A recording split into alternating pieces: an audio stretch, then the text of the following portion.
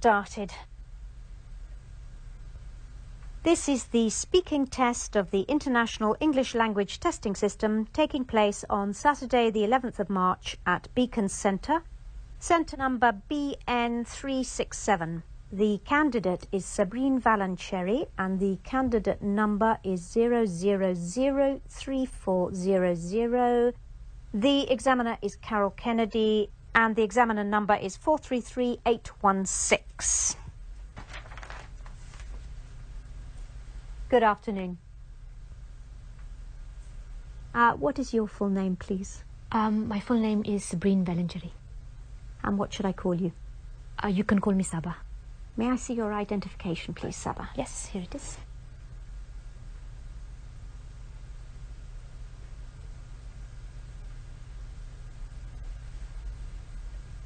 Okay. Thank you.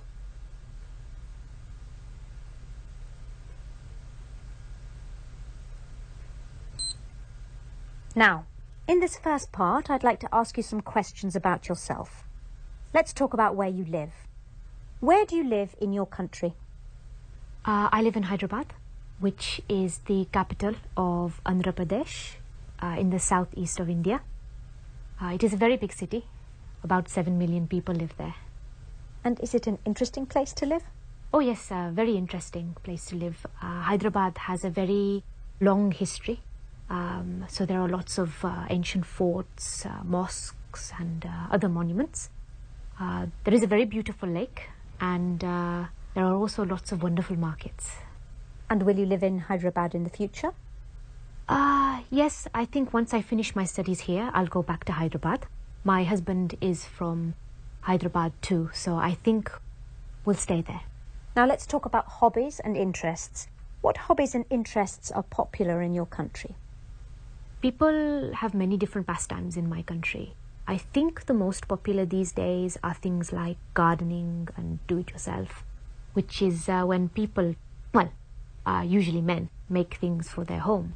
I think women tend not to have too many hobbies. You can't really call shopping a hobby. I think in the past, women used to fill up the leisure time that they had with craft activities, but sewing and knitting aren't so common these days. I think reading is still very popular, especially now these days with the new e-readers. And which hobbies and interests do you enjoy?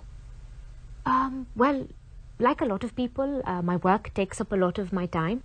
And at the weekend, I like to meet up with my friends or go out with my husband. So I don't really have much time for hobbies. But I do read a lot, especially history and biography. Also, I love collecting art. So I go to a lot of art fairs. I really like colourful, abstract art, which really brighten up our homes. And what hobbies and interests did you have as a child? Gosh, that was a long time ago. Let me think. I used to collect key-rings. I think I had about 20 or 25. They were silly things really, but fun for a small child. I used to like painting and drawing. My parents were very supportive and they bought me a lot of oil paints, but I'm not really very talented. I also played the clarinet. I was in a junior orchestra. I remember once we played a concert and my reed broke during the first piece, and so I couldn't make any sound. And do you think parents should encourage their children to have a hobby or interest? Oh yes, very much so.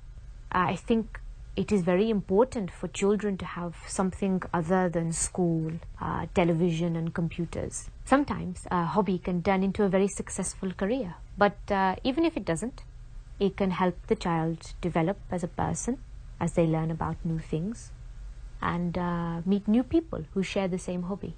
Now let's move on to talk about the weather. Do you prefer hot weather or cold? I think I prefer cold weather. I know most people prefer hot weather, but it is always so hot in my country that it is such a nice change to feel the cold. Of course, in the cold, it's very easy to put on a hat and gloves to keep ourselves warm. Tell me about the weather in your country at different times of year. India is so big that there are many different climates. So I'll just talk about the weather in Hyderabad. Generally, we have a tropical wet and dry climate. That means that the summers, March to June, are hot, over 30 degrees, and very humid. Sometimes it can reach over 40, which is just unbearable. At the end of the summer, the monsoon comes and it rains for about 3 months. After the rainy season, it's winter, which is quite short, just a couple of months. Which time of year did you enjoy most as a child? Well, I think like most children, I would say the summer, when we had the long school holiday. But I always preferred spring. There's something so lovely about when everything starts to grow again after the winter. You can almost smell it in the air. And has the weather changed much in your country in recent years? I don't think so, really. I know that in some countries the climate has been changing because of global warming, but where I live it seems to be the same. Just heat and rain. I have noticed something. In recent summers, when it's very hot, there have been many water shortages. I don't remember that happening when I was younger. Thank you. Now I'm going to give you a topic, and I'd like you to talk about it for 1 to 2 minutes. You have 1 minute to think about what you're going to say, and you can make some notes if you wish. Do you understand? Yes. There's your paper and pencil. And here's your topic. I'd like you to describe a gift or present that somebody gave you recently.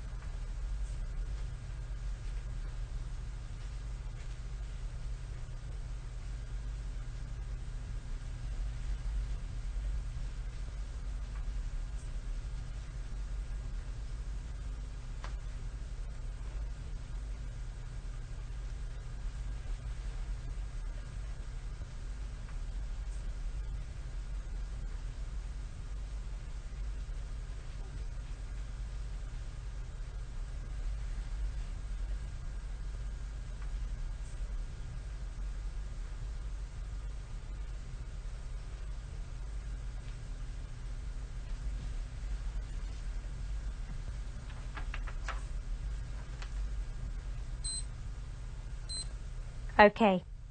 Now you have 1 to 2 minutes for this, so don't worry if I stop you. I'll let you know when the time is up. Could you start speaking now, please? I'm going to talk about a present my husband gave me last year for my birthday. We had gone to Istanbul for a few days. My husband had always wanted to go there. Anyway, we had a few days holiday from work and we decided to fulfill my husband's dream. As I said earlier, I'm really interested in art, and so even though I had no real desire to go to Istanbul, I was totally captivated by all the beautiful buildings and the wonderful arts and crafts that were available there. The Blue Mosque was my favorite building. From the outside, it looks just like a typical Ottoman mosque, but inside it is quite startling.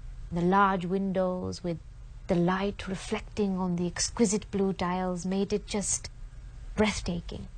I asked one of the guides about the tiles, and she told me that they were from Iznik and that they are still made today. When we left the Blue Mosque, we walked down a pedestrian lane full of shops, including some tile shops. In one of the shops, the owner told us that the tiles were made in Iznik. Anyway, one of the tiles really caught my eye. Actually, it sang to me. It was of fish, 4 big fish, and lots of little ones, all in different shades of green. I really, really wanted it. But when we asked the price, it was very high. Something like $300 American. Obviously, I knew we could negotiate, but it seemed such a high price that we just left.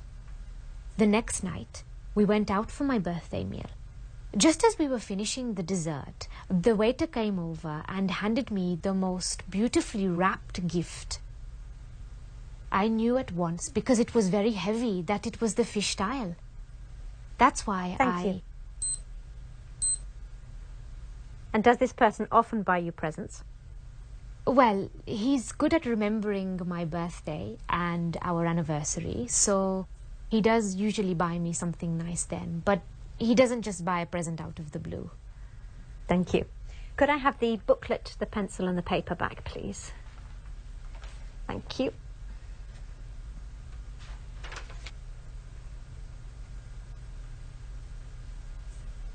Now, you've been telling me about a present you received, and I'd like to ask you some more general questions related to this.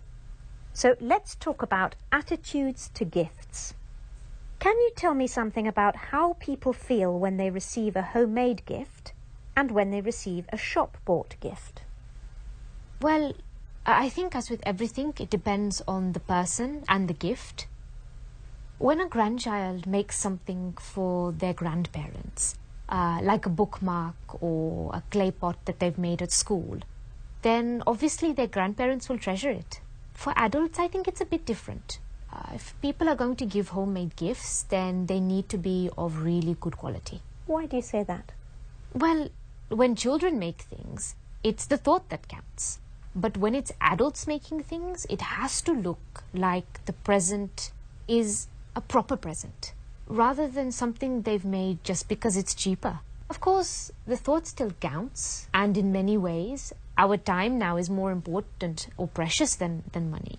So if somebody has spent a lot of time making a gift, it will mean a lot. But if someone has made some chutneys or pickles or some other type of food, then it has to be edible and taste nice as well. So what about shop-bought gifts? Most gifts these days are shop-bought, and there isn't really anything wrong with that. What is important, I think, with a shop-bought gift is that the person buying the gift should spend some time thinking about what the other person would really appreciate. It's no good a husband going into a perfume shop and buying the first perfume he likes.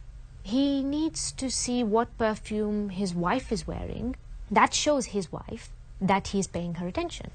And do you think that children get more pleasure receiving gifts than adults do? Yes and no. Obviously, children love receiving gifts, but children do generally get a lot of gifts. Children these days are spoilt and they get too many gifts. So the more gifts they get, the less they value them. Adults, on the other hand, generally have the resources to buy things for themselves.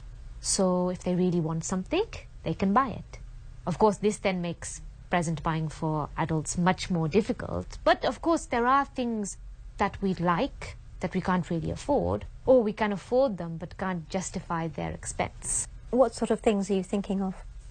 For women, it might be perfume or a day at the spa or a new pair of party heels. For men, usually something to do with their hobbies or books or CDs.